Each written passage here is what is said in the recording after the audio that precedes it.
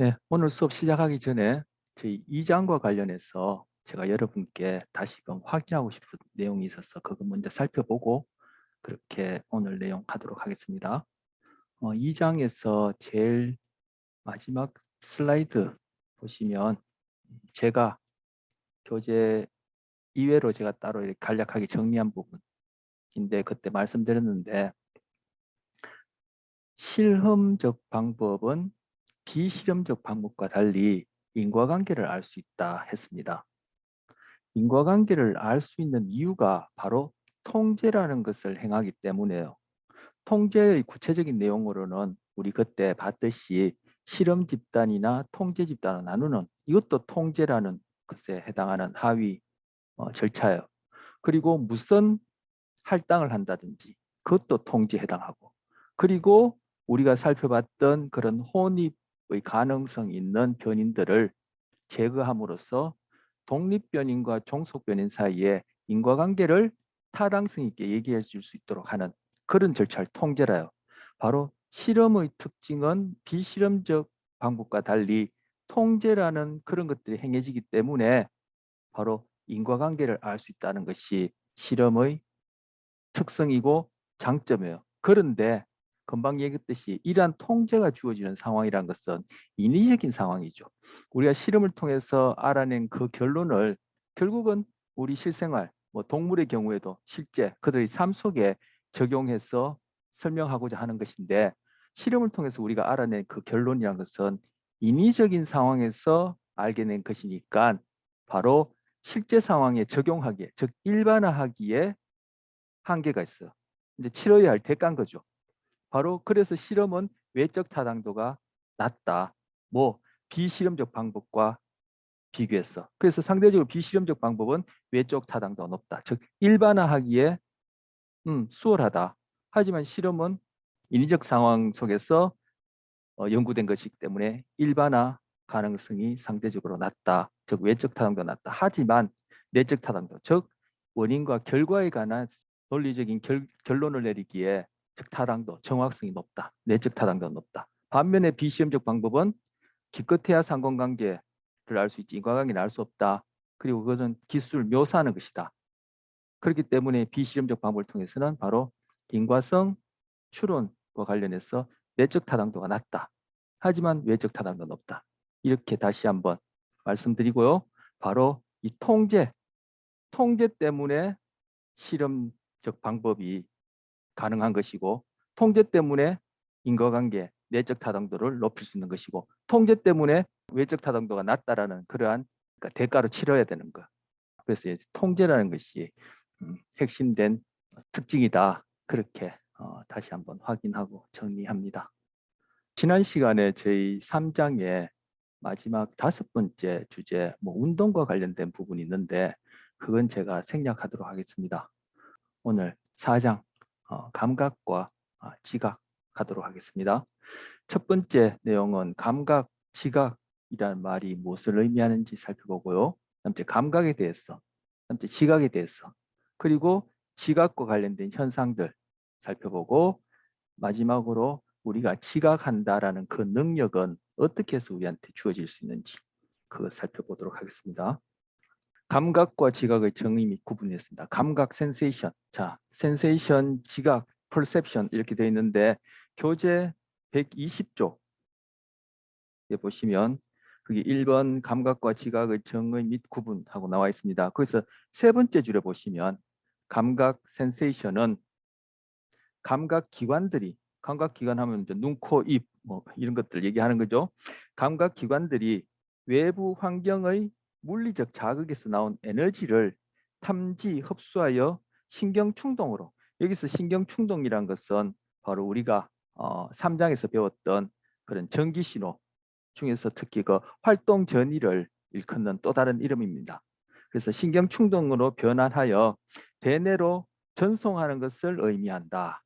자, 그다음 지각, perception은 거기 금방 읽은 거기서 의미하며 거기 바로 다음 줄 보시면 지각 과정이 일어나는데 perception은 이 단계에서는 대뇌에 입력 표상된 신경 충동 정보를 조직화하여 여기에서 대뇌에 입력 표상됐다 했는데 뭐 표상이란 말은 바로 우리 감각기관을 통해서 뭐 본다든지 그 모양이나 색깔이나 그죠 이런 걸 본다든지 냄새를 맡아서 뭐 달다 구리다 소리를 들어서 이것이 뭐 노래 소리다 강아지 소리다 뭐 새 소리다 시끄러운 잡음이다 이렇게 우리가 알게 될 때 결국 감각이라는 과정을 통해서 대뇌에 있는 신경세포로 그것이 정보가 전달될 때는 그것이 정기적 형태의 신호로 우리가 봤던 구체적으로 여기서는 신경충동이었지만 구체적으로 우리는 활동전이라고 제가 아까 말씀드렸는데 그런 활동전이의 발생이라는 그러한 형태로 신호가 변환되어지죠. 달리하면 우리가 보고 듣고 만지고 느끼고 하는 이 모든 것들이 결국은 제가 그때도 말씀드렸듯이 신경계에서는 그리고 물론 뇌에서는 신경세포 뉴런에서 전기신호 형태로 그것이 상징화되어진단 말이에요. 그것을 여기서는 표상이라 그렇게 얘기를 합니다. 표상. 자, 지각은 대뇌에 입력 표상된 신경충동 정보를 신경충동을 아까 활동 전이라 얘기했죠.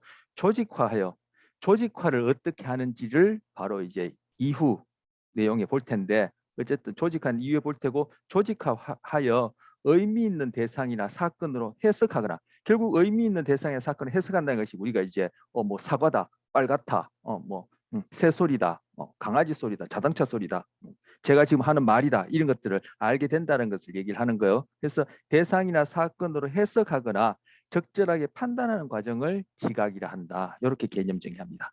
금방 안 와닿죠? 뭐 오늘 하는 내용을 이렇게 접하게 되면 배우게 되면 다루게 되면 감각 지각이 얘기하는 이 개념 정의가 좀 더 구체적으로 와닿으리라 생각합니다.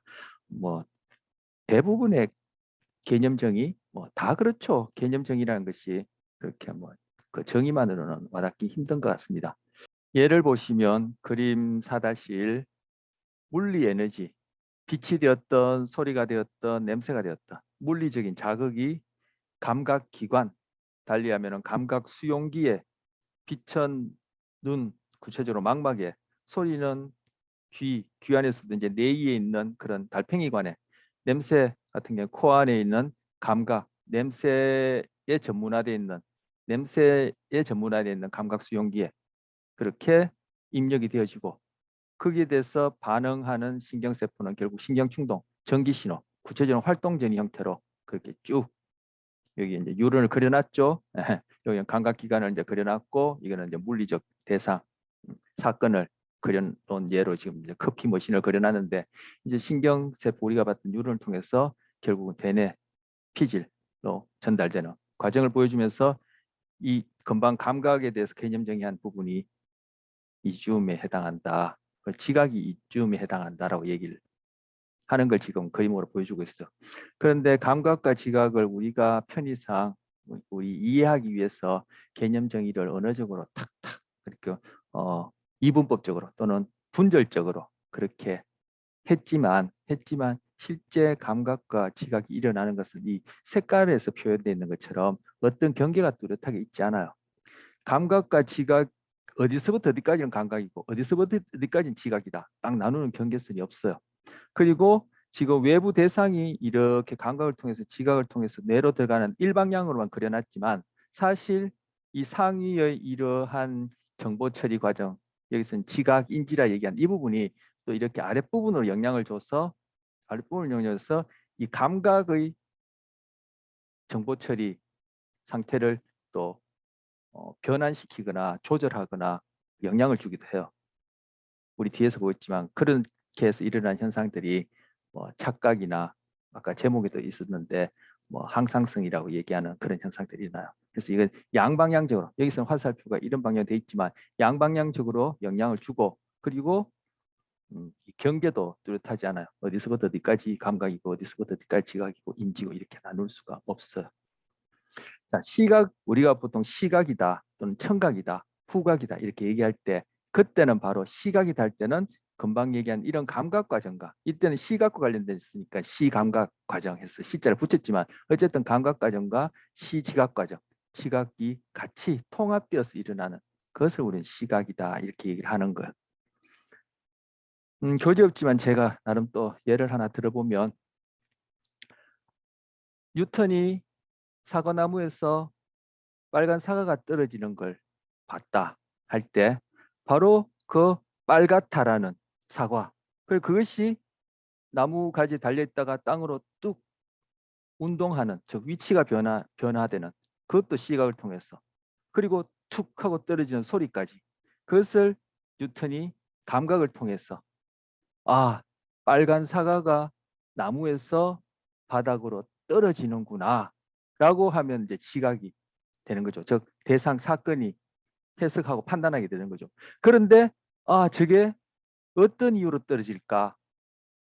내가 알기로는 사과뿐만 아니라 다른 모든 물건들도 아래로 떨어지던데 지구 밖의 행성들도 저것이 어, 지구 주위를 또는 지구는 또 뭐 태양 주위를 저렇게 돌고 있는데 저것들은 왜 떨어지지 않고 일정한 간격을 유지할까?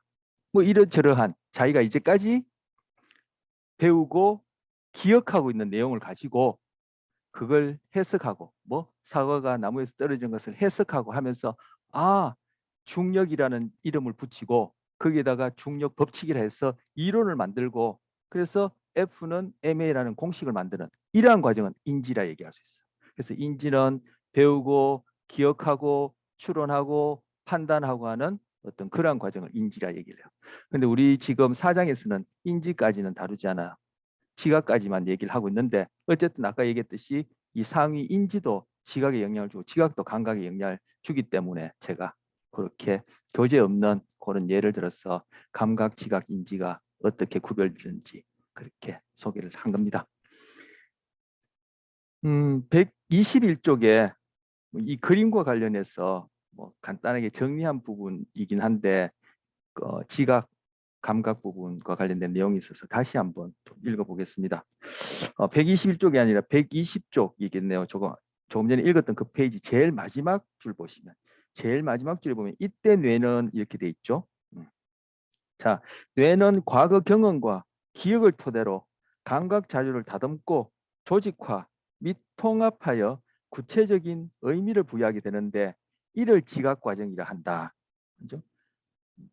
그리고 지각 과정이 완료된 후에는 조금 전에 읽었던 문장 다시 좀 읽겠습니다. 뇌는 과거 경험과 기억을 토대로 감각 자료를 다듬고 조직한다는데 과거 경험과 기억을 토대로 하는 것을 저는 조금 전에 뉴턴의 예를 들면서 인지라고 얘기를 했는데 이게 참 우리가 경험하는 현상을 우리의 언어로 이렇게 분절화시켜서 딱딱 개념 정의한다는 게 말 그대로 상징하는 거니까 달리하면 은유하는 거니까 표상하는 거니까 그 현상에 딱 맞지 않는데 무슨 얘기를 하려고 그러냐 하면은 보통 인지 얘기할 때 그럼 인지라고 얘기하는 그런 과정에 해당하는 소위 정신적이라 얘기하는 내적 과정에 해당하는 것이 구체적으로 뭔데 할 때 바로 지각을 인지에 포함시켜요. 그래서 인지는 지각, 판단, 추론, 해석, 학습, 기억, 의사결정 뭐 이런 것들을 막 다 합쳐서 인지를 하거든요. 그래서 지금 그런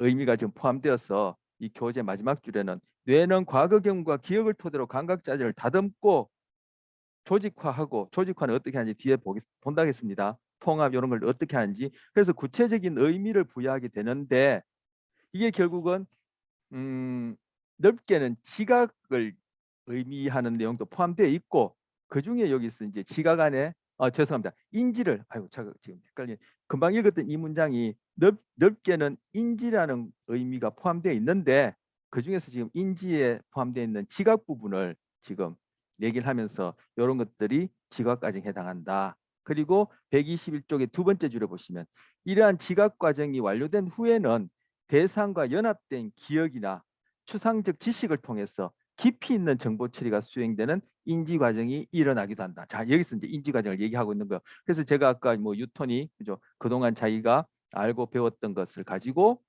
추론하고 또 이론화해서 F는 ma라는 중력 법칙을 그렇게 만들어냈다, 발견해냈다 하는 것을 인지한 예를 말씀드렸는데 여기서 이 문장에서 121쪽 이 문장에서 지각 과정이 완료된 후에는 대상과 연합된 기억이나 추상적 지식을 통해 깊이 있는 정보 처리가 수행되는데 이것을 인지 과정이라 한다 해서 인지 과정에 관한 내용이 여기 121쪽에 금방 읽었던 그 부분에 짧게 얘기가 나와요. 그런데 120쪽의 마지막 줄에 읽는 그 부분에도 보면은 과거 경험이나 기억을 토대로 감각 자료를 다듬고 하는 그런 부분들에 있어서도 또 인지 과정이라 부를 수 있는 그런 부분들이 포함되어 있다라고 얘기했는데 바로 그래서 제가 아까 감각과 지각과 인지를 어디서부터 어디까지 감각, 어디서부터 어디까지 지각인지 딱딱 칼로 모자르듯이 그렇게 나눌 수 없고, 그리고 이것은 이 그림에서는 한쪽 방향으로만 이렇게 정보 처리가 감각, 지각, 인지 이런 수순 일어나는 것처럼 그려놨지만 실제로는 인지 감각이 경계도 없고 죄송합니다. 인지 지각이 경계도 없고 지각과 감각도 경계도 없고 서로 양방향적으로 이 화살표가 서로 영향을 주는 중에 우리는 바깥 세상, 다른 사람, 그리고 나 자신을 우리는 알게 된다. 이렇게 정리할 수 있습니다. 자, 그래서 두 번째, 이제 구체적으로 감각의 예를 보려고 하는데 교재는 뭐 여러 내용이 있습니다. 청각도 있고 뭐 촉각도 있고 한데 그거 다 할 수 없고 대표적으로 시각, 교재에서도 시각 부분을 가장 많이 소개하고 대표적으로 시각과 관련해서만 보려고 합니다. 시각이 우리의 감각, 그리고 지각, 그리고 인지라는 이름 하에서 세상을 이해하고 타인을 이해하고 나를 이해함에 있어서 인간에게 가장 중요하고 가장 큰 영향을 미치는 감각이 시각이에요.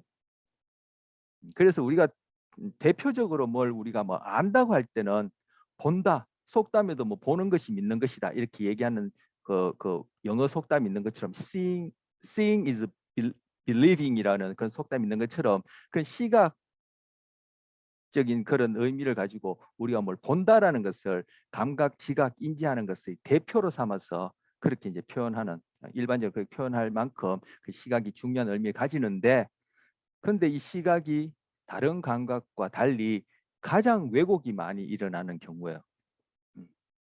그래서 특이하죠. 가장 복잡하고 정교하고 인식에 있어서 가장 대표적인 감각인데 가장 왜곡이 심하고 달리하면은 속기 쉬워요. 그래서 seeing is believing이라는데 정말 seeing is believing인지 보면은 seeing is 뭐라고 표현해야 될까요? 믿을 거리가 거의 없다라고 얘기할 만큼 unbelieving이라 할 만큼 시각이 왜곡이 많아요.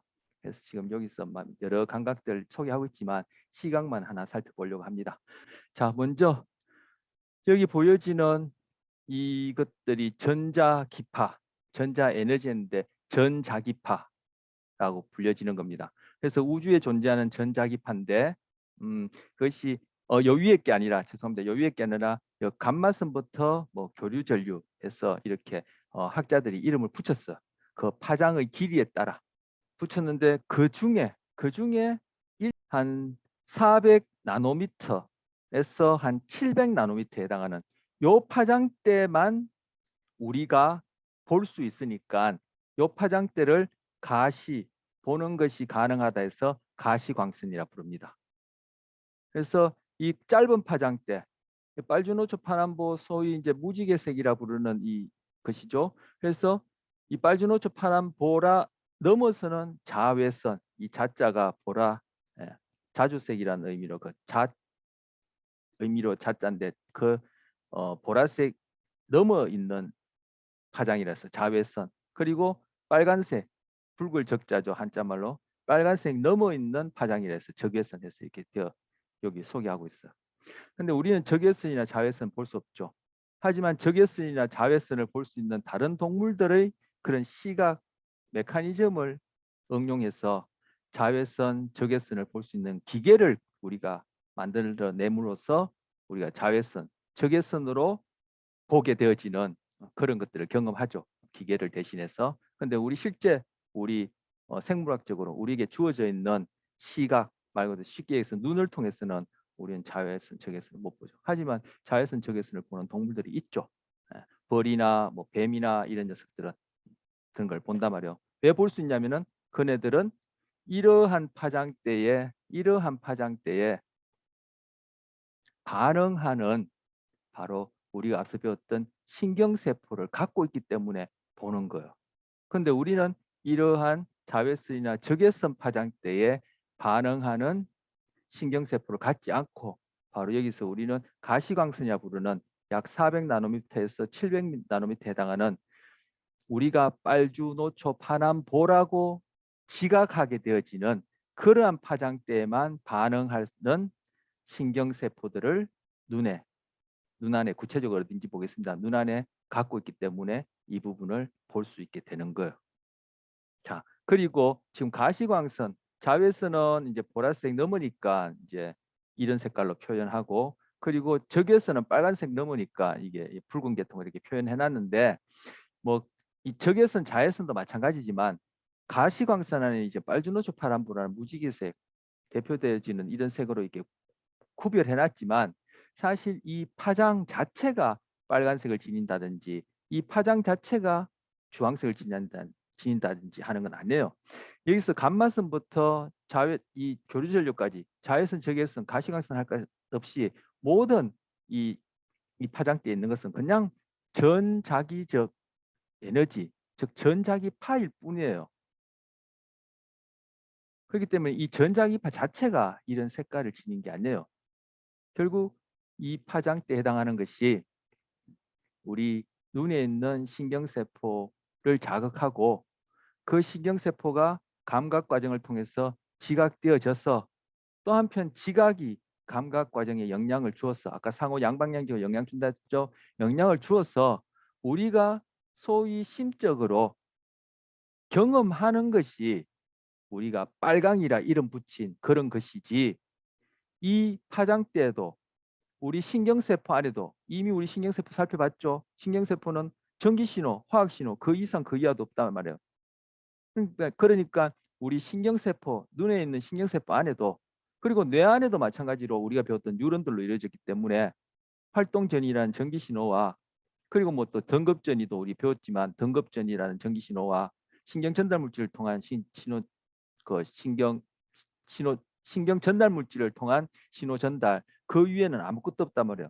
그럼 뇌 안에서도 결국은 이런 빨간색이나 녹색이나 파란색이나 빨주노초 파란보 색깔이 있는 게 아니에요.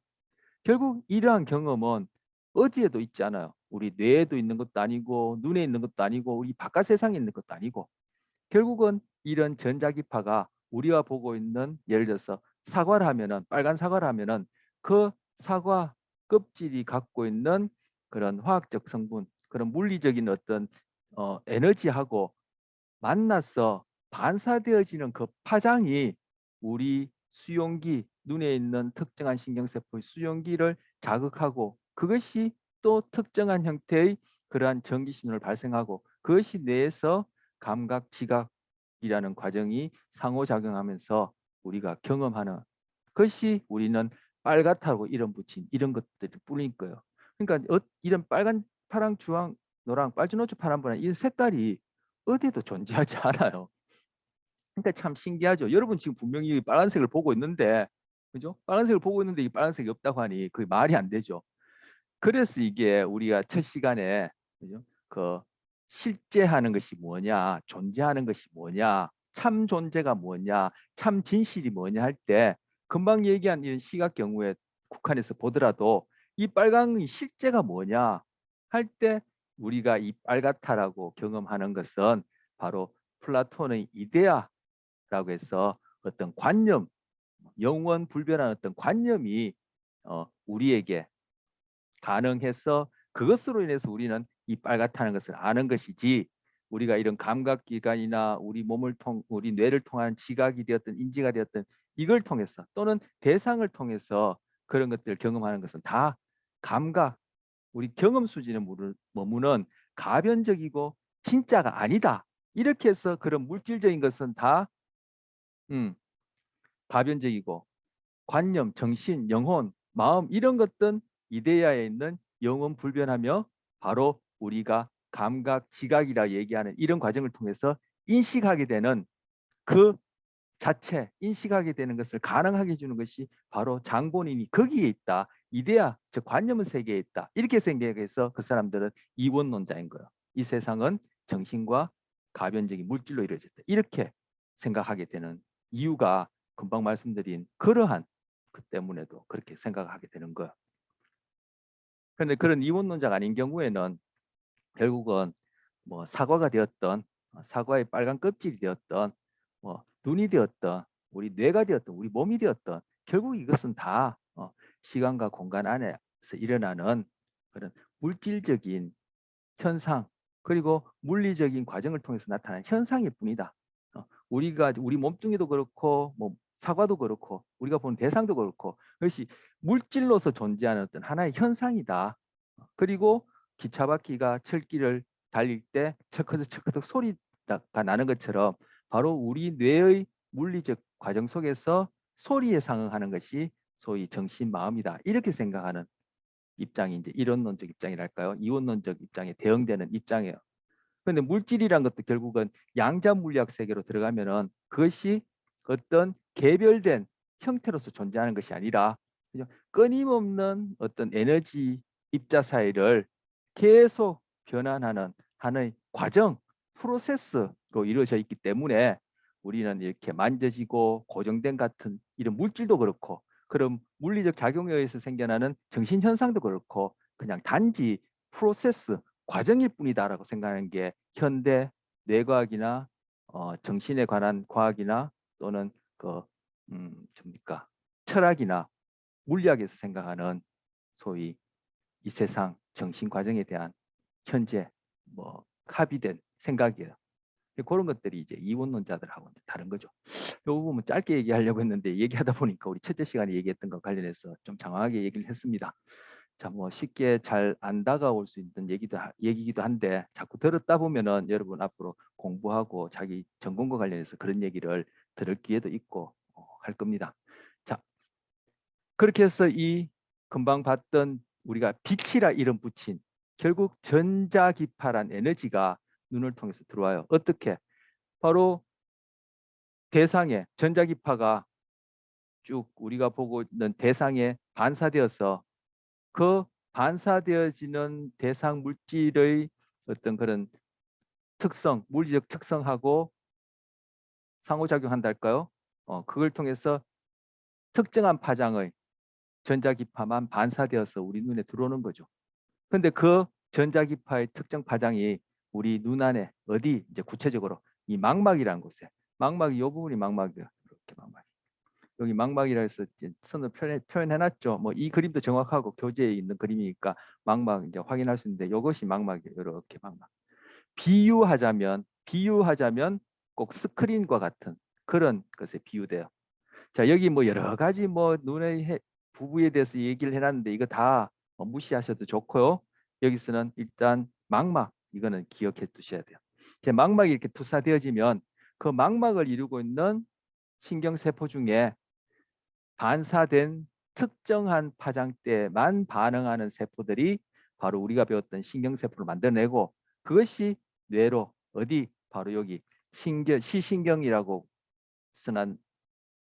적어놨는데 바로 시신경들은 우리가 배웠던 그런 축삭들이 엄청난 숫자의 축삭들이 모여서 이루어진 것이 시신경이에요. 이 시신경을 통해서 뇌로 시냅스에서 들어가면서 감각과 지각 과정을 통해서 저거는 빨간색의 둥근 모양의 사과다라고 지각하게 되는 거예요. 자, 그래서 망막 확인하고요. 그리고 여기서 보면 중심화라고 되어 있어요. 중심화. 중심화는 말 그대로 중심에 있다는 거예요. 망막의 중심에 있는데 이 와자는 이렇게 오목하게 이렇게 드러간 부분, 함몰된 부분을 한자말로 와라 그래요. 중심화라고 하는데 바로 전자기파가 우리가 보고 있는 또는 보여지고 있는 대상에 반사되어서 그것이 중심화에 딱 도달할 때, 즉 중심화에 도달하는 그 전자기파의 출발 지점이 되어지는 대상의 그 부분이 가장 초점이 또렷하게 잡히는 부분이야. 그 중심화에 도달하는 전자기파의 출발점이 되어지는 대상의 특정 지점이 가장 또렷하게 맺히고 중심화 주변에 도달하는 전자기파는 그 대상의 중심화 주변에 도달한 전자기파의 출발점이 되어지는 대상 부위는 상대적으로 그죠? 흐릿하게 그렇게 우리는 지각하게 돼요. 그래서 중심화가 초점이 잡히는 부분이에요. 그리고 이 그림에서는 안 나와 있지만 우리가 어떤 대상을 볼 때 또는 대상이 보여질 때 그 반사된 전자기파가 이 동공을 통해서 망막에 투사될 때는, 즉 비유적으로 스크린에 비춰질 때는 상하 좌우가 역전되어서 그렇게 비춰져요. 여기에 뭐를 할까요? 음, 펜을 하죠. 펜.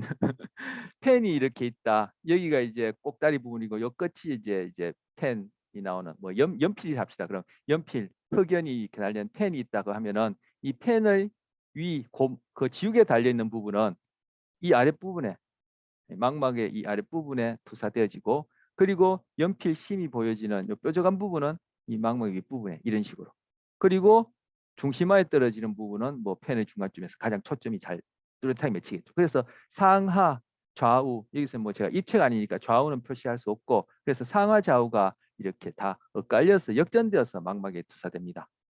자, 그거 말씀드리고, 중심화 가장 초점이 맞추는 부분이고 시신경 얘기했습니다. 자, 다음 이 망막을 확대해 보면 이런 형태. 아까 망막의 신경세포들로 이루어져 있다. 망막에 신경세포가 있어서 특정한 신경세포들이 반사된 전자기파에 반응하게 되면 우리는 뭐 색깔, 그리고 뭐 이제 모양, 뭐 움직임 이런 것들을 보게 된다라고 이렇게 말씀드렸고, 그렇게 다시 한번 얘기할 수 있는데, 바로 망막에 있는 세포들을 지금 확대해서 보여주는 거야. 망막의 특정한 일부분을 확대한 거죠. 지금 여기 보여지는 이런 세포들이 이 망막 전체에 쭉 이렇게 배열되어 있는 거예요. 그런데 이 세포들이 자세하게는 한 5종류의 세포들이 층을 이루면서 있지만 여기서는 대표적으로 3종류의 세포만 보려고 해요. 그래서 그 3종류의 세포가 바로 여기서 추상체, 간상체라 해서 여기에 있는 세포들이에요. 여기에 뭐 색깔들이 이렇게 입혀져 있지만 뭐 어느 부위고 간에 뭐 뇌세포도 그렇고 체세포도 그렇고 이렇게 색깔은 띄고 있는 건 아니죠. 우리 이제 구별하려고 이렇게 표시해 놓은 건데, 여기서는 이렇게 핑크색에 가깝게 표시해 놓은 부분, 여기는 스킨 컬러에 해당한다고 보여지는, 제 눈에는 그렇게 보이는데, 여기에 있는 요 세포들이 추상체, 간상체예요. 추상체는 원뿔 모양으로 생겼다 해서 추상체예요. 여기 추상체예요. 요거 요거 어느 부분이, 요 끝부분이, 끝부분이 이렇게 원뿔처럼 생겼다 해서 이건 추상체고요. 간상체는 막대기처럼 생겼다 해서 간상체요. 요 막대기처럼 이렇게 생겨. 요 간상체, 막대기처럼 생긴 거. 여기 써놨죠. 뭐 간상체, 추상체, 다 적혀 있습니다. 그래서 추상체, 간상체가 바로 빛이라고 부르는 전자기파에 전문적으로 반응하게끔 만들어진 신경세포예요. 즉 수용기예요. 수용기 또는 수용체예요. 소리를 듣는다 할 때는 귀, 즉 뇌의 달팽이관 안에 이 공기의 그런 진동에 반응하는 그러한 것에만 반응하게끔 스페셜라이즈드 된, 즉 전문화된 청각 수용기, 수용체 세포가 있고, 지금 눈 같은 경우에는 뭐 조금 전에 봤던 전자기파라고 우리가 이름 부르는 전자기파, 우리는 흔히 빛이라고 이름을 붙여놓은 그러한 물리적 자극에 대해서만 반응하게끔 스페셜라이즈드 된, 즉 스페셜라이즈드 된, 특화된, 전문화된 신경세포가 있는데, 그것을 수용기, 수용체라는데, 얘들은 빛에만 반응하니까 광수용기, 광수용체라 부르는 거예요. 그래서 광수용기, 광수용체는 추상체와 간상체로 이루어져 있어요. 그 다음째 여기서 소개하고 있는 이런 세포들은 빛에 반응하지 못해요. 그래서 광수용체가 없으면은 우리는 뭐 말 그대로 맹인이 되는 거죠. 이런 세포들은 아무리 있어봐야 얘들은 뭐 빛에 반응하지 못하니까, 결국은 나머지 세포들은 광수용체, 추상체 등 간상체로부터 주어진 그러한 신호들, 우리가 배웠던 전기 신호가 되겠죠. 물론 시냅스 사이에서는 화학 신호지만 바로 간상체, 추상체, 광수용기로부터 시작된 그 신호들을 전달받아서 처리하고, 우리가 배웠던 전기 신호 형태로 시냅스를 통해서 또 다음 세포에 화학 물질을 분비해서 또 다음 세포에서 또 전기 신호를 일으키고, 그런 식으로 해서 결국은 뇌로, 여기 보면 시신경이라 했는데 아까 시신경을 통해서 뇌로 들어간다 했죠. 이러한 감각 과정이 일어나기 때문에 이 나머지 세포들은 뭐 빛에는 아무런 반응을 못 해요. 그래서 중요한 게 지금 빛에 반응하는, 빛에만 반응하도록 전문화된 신경세포, 이 광수용체는 추상체와 간상체로 이제 이루어져 있다. 얘네들이 뭐 고장 나면은 맹인이 있다, 뭐 이렇게 얘기할 수 있겠죠. 자, 그다음 이제 이 광수용체, 즉 추상체, 간상체가 신호를 그다음 넘겨주는 세포들이 양극세포예요. 여기 뭐 고동색이나 갈색, 고동색인 사투리인가? 어쨌든 갈색에 해당하는 요것들이 양극세포인데, 왜 양극이라면은 이 세포체 중심으로 이 양쪽 방향으로 이렇게 돌기가 이렇게 뻗어져 있다 해서 양극세포로 불러요. 그러니까 양극세포에 신호를 전달해주고, 뭐 중간에 또 뭐 수평세포, 아마클린 세포가 있습니다만 이건 생략하고, 양극세포는 그 다음 세포, 어디 이게 녹색으로 표현한 이 세포가 바로 신경절 세포예요. 신경절 세포로 또 시냅스를 통해서 신호를 전달해주면은 바로 신경절 세포의 축삭들이 모여서 시신경이 되어지는데, 뭐 몇 천만 개 가량 이상의 그런 축삭들이 모여서 시신경, 각각 오른쪽 왼쪽 시신경이 된다고 해요. 그래서 이런 신경절 세포의 축삭들이 시신경이 되어서 뇌로 신호를 전달하는데, 바로 이 시신경을 이루는 신경절 세포, 시신경은 신경절 세포의 축삭들로 이루어져 있는데, 바로 이 축삭들을 통해서 우리가 배웠던 활동 전이가, 그죠, 뇌까지 전달되어지고, 뇌의 또 특정 부위에서 또 시냅스를 한 다음에 또 다음 세포에서 또 전기 신호, 결국은 활동 전이가 일어나서 또 뇌의 또 다른 부위로 또 전달되어지고, 또 시냅스, 또 전기 신호, 이런 형태가 계속 반복적으로 일어나면서 점점점 정교하게 지각되어져서, 그리고 또 인지 과정이 되어져서 우리가 무엇을 알게 된다, 인식하게 된다, 이렇게 얘기할 수 있는 거예요. 시각과 관련해서. 물론 시각 위에도 다른 감각에도 이런 일반적 원리는 다 다르지 않아요. 동일해요. 뭐 대표적으로 그냥 다른 감각과 차이가 있다면 바로 수용체 자체가 빛에 전문화되어 있느냐, 아니면 우리가 소리라고 부르는 그런 물리적 자극에 전문화되어 있냐, 아니면 우리가 냄새라고 부르는 그런 화학적 자극에, 맛이라고 얘기하는 그런 화학적 자극에 전문화되어 있냐, 즉 수용체, 수용기 세포가 그 차이지, 금방 말씀 이런 일반적 원리는 뭐 다 동일하고, 뇌에 가서도 결국은 우리가 배웠던 전기신호, 화학신호, 전기신호, 화학신호, 이런 것들이 반복될 뿐이에요. 자, 여기서 망막은 광수용기, 그리고 양극세포, 신경절세포의 세 층으로, 대표적으로 세 층으로 구성되어 있다. 그리고 광수용기는 주상체와 간상체로 나뉜다. 그리고 시신경은 바로 신경절세포의 축삭들로 이루어져 있다. 이렇게 얘기를 하고, 이 그림과 관련해서 다시 하나 더 지적하자면, 바로 빛이 이 방향에서 들어와요. 그렇다는 얘기는 좀 확대된 그림이 있으면 좋을 텐데, 지금 이 망막이 신용카드 정도 두께가 된다고 해요. 그 안에 이 세포, 지금 소개한 이 세포들이, 그죠? 뭐 8개가 뭐억 단위로 이제 들어가 있는데, 이 망막의 안쪽이라 해야 될까요? 이 안쪽 층이 광수용기고, 그 다음이 양극세포고, 바로 망막의 바깥쪽이 신경절 세포예요. 그래서 빛이 이렇게 들어오면은 신경절 세포를 지나서 양극 세포를 지나서 가장 안쪽에 있는 광수용기를 자극하게 되고, 광수용기의 정보가 그다음에 양극 세포, 그다음에 신경절 세포를 통해서 시신경, 즉 신경절 세포 축사를 통해서 뇌로 들어가야 돼요. 그래서 우리가 뭐 직관적으로 상식적으로 생각하는 것처럼 이쪽이 가장 먼저 빛에 노출되어지고, 양극세포, 신경절세포, 이렇게 생각하기 쉬운데, 이건 망막 뒤쪽, 그다음에 이쪽이 망막 앞쪽이라 얘기할 수 있어요. 그래서 빛이 이렇게 들어와서 얘들을 자극시키고 신호가 이 방향으로 전달되죠. 하지만 얘들은 신경절세포나 양극세포는 얘들은 빛에 반응하게끔 그런 전문화된 신경세포가 아니기 때문에 빛에 대해서는 뭐 직접적으로 아무런 신호를 일으키지 못하죠. 결국 이것이 광수용기를 자극하고, 그것이 신호를 일으켜야지만이 양극세포, 신경절세포가 그에 해당하는 신호를 시신경을 통해서 뇌로 전달하게 되는 거예요. 자, 그다음 내용 보시면 이제 시신경, 조금 전에 이제 시신경 제가 그도 반복적으로 말씀드렸는데, 시신경은 신경절 세포의 축삭들로 이루어져 있다. 결국 시신경을 이루고 있는 신경절 세포의 축삭을 통해서 활동 전이가 뇌로 우리가 소위 본다라고 하는 것에 해당하는 그러한 신호를 전달하고 구체적으로 활동 전이 형태를 전달하고 그것이 뇌의 특정 부위에서 또 시냅스하고 또 그다음에 또 전기 신호가 발생하고 이런 일이 반복된다. 아까 제가 거듭 말씀드렸고요. 그런데 이 시신경이 있는 부분 여기도 그려져 있습니다만 이 그림에 가서 자세히 보면은 이 부분이 시신경인데 이 부분 그죠? 여기서부터 이렇게 시신경. 그러니까 이 부분이 지금 신경절 세포의 축삭들이 여기서 막 이렇게 뇌 쪽으로 뻗어 들어갔다는 거예요. 시신경. 그럼 이 시신경이 시작되는 이 부위 여기 보면 빨간색, 파란색 선들이 보이는데 이건 혈관들을 의미하는 거예요.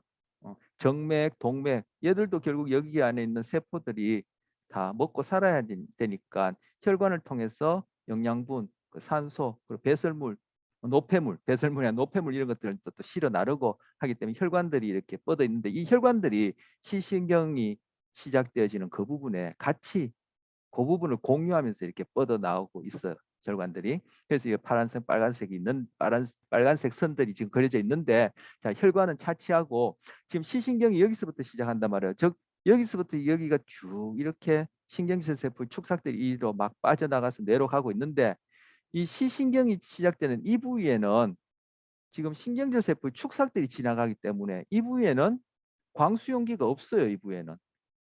물론 양극 세포도 없고 그죠? 신경절 세포의 축삭들만 이렇게 지나가는 부위이기 때문에 이 부위에 떨어지는 전자기파는 우리 앞에 있는 대상물에 반사되어진 전자기파가 이쪽에 도달하는 경우도 있겠죠. 그러면 이 부위에 도달하는 전자기파가 시작된 그 반사된 대상의 특정 부위는 여기에 광수용기가 없기 때문에 물론 양극세포도 없고 신경질 세포도 없습니다만 광수용기가 없기 때문에 이 전자기파가 이 부위에 도달하게 된 그 대상의 그 특정 부위는 보여지지 않는 거예요. 즉 광수용기가 없기 때문에 그 부위로부터 시작된 정보들은 처리가 될 수 없어요. 그래서 이 부위를 맹점이라 불러요. 그래서 여기 맹점이라 써놨죠. 자, 이 맹점, 영어로는 블라인드 스팟이라는데 맹점이 어디냐면은 바로 시신경이 망막에서 시신경이 시작하는 부분이 맹점이에요. 왜 맹점이냐? 빛에 반응하는 광수용기가 없기 때문에. 물론 양극세포도 없지만 양극세포는 있어도 소용없어요. 걔는 빛에 반응을 못하니까. 그래서 맹점은 신경질 세포의 축삭이 시작되는 부분이 맹점이다. 광수용기가 없기 때문에. 그런데 지금 여기서 보면은 자 빨간 점을 내가 보고 있다. 아니요 죄송합니다. 빨간 점이 아니라 내가 여기 더하기 표시, 까만 더하기 표시를 내가 보고 있다. 그것을 딱 집중해서 보고 있다. 노려보고 있다. 어쨌든 그걸 보고 있다 하면은 바로 이 덧셈 표시는 바로 중심화에 딱 도달해요. 그죠?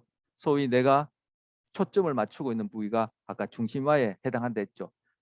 보고 있으면은 바로 거기에서 한 18도 정도, 18도 정도 바깥으로, 18도 정도 바깥에 해당하는 그 부위에 위치하는 대상에서 시작된 전자기파는 맹점에 떨어지게 돼 있어. 그 각도상. 그래 되면 이 부위에 존재하는 어떤 대상물은 우리는 볼 수가 없어요. 이 눈도 마찬가지예요. 이 눈 경우에도 이렇게 있다면은 중심화는 말 그대로 중간에 있는 거예요. 이거 중간에 있듯이 중심화가 있다면은 맹점은 코에 가까운 거예요. 중심화를 기준으로 맹점은 코에 가깝게 이렇게 위치해요. 이 맹점은 신경질 세포의 축삭이 시작하는 부분이니까 그 신경질 세포 축삭이 이쪽으로 이렇게 빠져 들어간다면 빠져서 뇌로 간다면 거리가 멀어지니까 구조적으로도 그렇고 뭐 기능적으로도 비효율적이겠죠. 최대한 단거리로 가는 게 효율적이겠죠.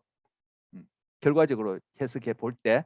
그래서 지금 중심화 안쪽에 바로 맹점, 즉 시신경이 시작돼요.